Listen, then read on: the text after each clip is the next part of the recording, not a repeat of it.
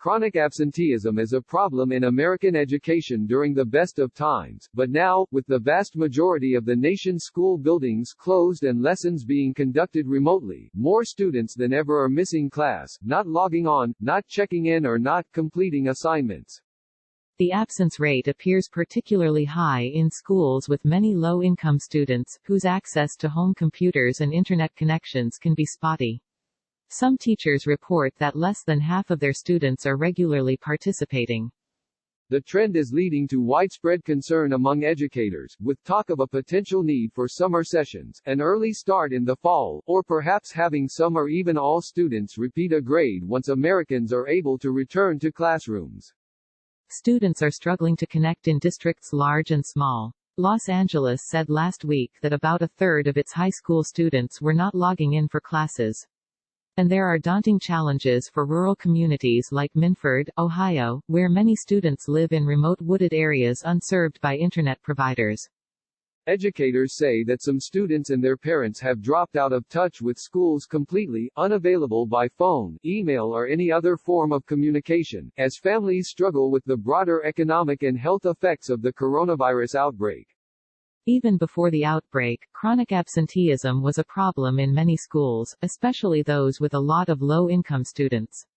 Many obstacles can prevent children who live in poverty from making it to class, a parent's broken-down car or a teenager's need to babysit siblings, for example. But online learning presents new obstacles, particularly with uneven levels of technology and adult supervision.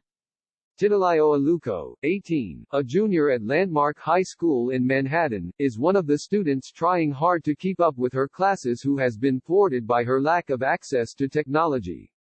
She has a district-issued laptop, but no Wi-Fi network in her Bronx apartment since her family had trouble paying the monthly bill. For classes like statistics and neuroscience, Ms. Aluco has tried to complete assignments and participate in video conferences using her cell phone, but that is sometimes impossible. I actually need my teachers, who know me and understand me, to help me, and I don't have that, she said. I just keep thinking, oh, my God, I might not pass. I'm just really scared for the future. Cratering attendance in some districts contrasts with reports from several selective or affluent schools where close to 100% of students are participating in online learning. The dramatic split promises to further deepen the typical academic achievement gaps between poor, middle class and wealthy students. The scale of the challenge, and the work that will need to be done to catch children up academically and socially, is huge, said Michael Casserly, executive director of the Council of the Great City Schools, a network of urban education systems. He called the prospect of unfinished learning, from this time, a serious issue that could have implications for years. There is no precedent in educators' memories for what is happening right now. Schools have weathered disruptive events like Hurricane Katrina and the California wildfires, but those disasters were limited to shorter time periods and smaller regions. During the coronavirus pandemic, every state in the country has ordered or recommended closing schools, in many cases through the end of the academic year. School leaders across the country are already debating how to help students catch up. To maintain social distancing, some regions may bring children back to school in waves, in order to reduce the number of people inside classrooms and buildings at any given time. There is also concern about whether large numbers of students will need to repeat all or substantial portions of their current grade. Many skills build one on another, Mr. Casserly said. If a child misses out on some key idea, then all of a sudden, additional ideas as they're introduced just become Greek. Will we need some kind of beginning-of-the-year diagnostics to try and figure out just where the kids are, how much they have lost? For many students, it seems most likely that the answer will be, yes, quite a lot. In the Cleveland Metropolitan School District last week, teachers returning from an extended spring break tried to hold virtual parent-teacher conferences for the first time for all of the district's 38,000 students. Initially, they were able to reach only 60% of families, but after a few more days of trying, the number reached 87%, said Eric S. Gordon, the district's chief executive. The city of Cleveland has one of the nation's highest child poverty rates. Despite the economic slowdown, many parents continue to work full-time outside their homes in fields like sanitation, health and food service, meaning that many students do not have an adult at home to supervise their learning. Mr. Gordon estimated that 30 to 40% of the district's students also do not have reliable access to the Internet at home. So in addition to developing plans for online learning, the district has distributed printed work packets along with free meals, and will soon begin mailing those packets to students' home addresses. Tracy Raddick, a fourth-grade teacher at the Joseph M. Gallagher School in Cleveland, spent Tuesday and Wednesday going down her roster of 20 students, trying to call each student's parents and make individual plans to help each of them learn from home. Some of her students' families speak Somali, Swahili or Spanish, so she asked colleagues who speak those languages to help. So far, only 3 of her students have been consistently engaged with online lessons, she said. About 6 do not have regular access to the Internet. One boy typically goes to the library to get online, but the city's libraries are now closed, too. She expects to interact with several students mostly through phone calls. We are going to come together and meet everybody where they are, Ms. Raddick said.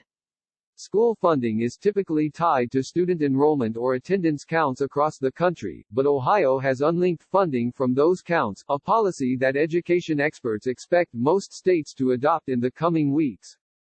In rural Minford, a town of about 700 in southern Ohio near the border with Kentucky, the district is distributing laptops as well as work packets on paper to students without internet or technology access, estimated at 25 to 30% of the student body by the district's superintendent.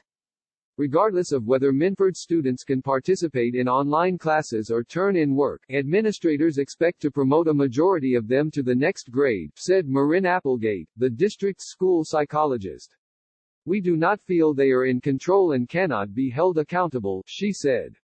Some school systems, like the District of Columbia Public Schools, have stopped taking formal attendance altogether. The nation's largest school district, New York City, which is at the center of the coronavirus crisis, has not yet released data on the number of children participating in online learning. The district said it would officially begin tracking remote attendance on Monday. In Los Angeles, the nation's second-largest school district, about 13% of high school students have had no online contact with teachers since schools closed 3 weeks ago, and 1/3 are not regularly participating in online learning, according to the superintendent, Austin Boydner. Eber Marquez, a high school English teacher at the Maywood Center for Enriched Studies in Los Angeles County, estimated that just 45% of his students were showing up to Zoom classroom meetings. A lot of our students have siblings they have to take care of, and their parents are still going out and working, Mr. Marquez said. It makes it very difficult to log on at the same time as feeding breakfast to their siblings or helping with chores. Many schools are making efforts to distribute digital devices to students who do not have their own at home. Los Angeles is trying to get them to more than 100,000 students, Mr. Boydner said. The Miami-Dade County Public Schools have distributed more than 80,000 mobile devices for distance learning, and more than 11,000 smartphones to serve as home Wi-Fi hotspots, according to a spokeswoman. In New York, the city's typical inequalities are reflected in the wide range of participation levels in remote learning.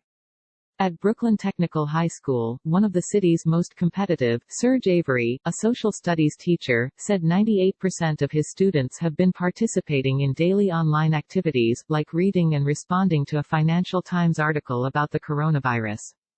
His freshman global history students are currently studying the Middle Ages, and he has considered doing a unit on the bubonic plague. But he thought twice after receiving a heartfelt email from a student, written at 4 a.m., in which she described her mother being taken away by ambulance with COVID-19 symptoms. Mr. Avery said he worried that even among his high-achieving students, participation could drop off as online learning becomes more of a daily grind for restless teenagers. Teachers really get energized by the classroom, he said. The current limitations, he added, have left both teachers and students slightly depressed. Dan Levin and Audra D.S. Birch contributed reporting.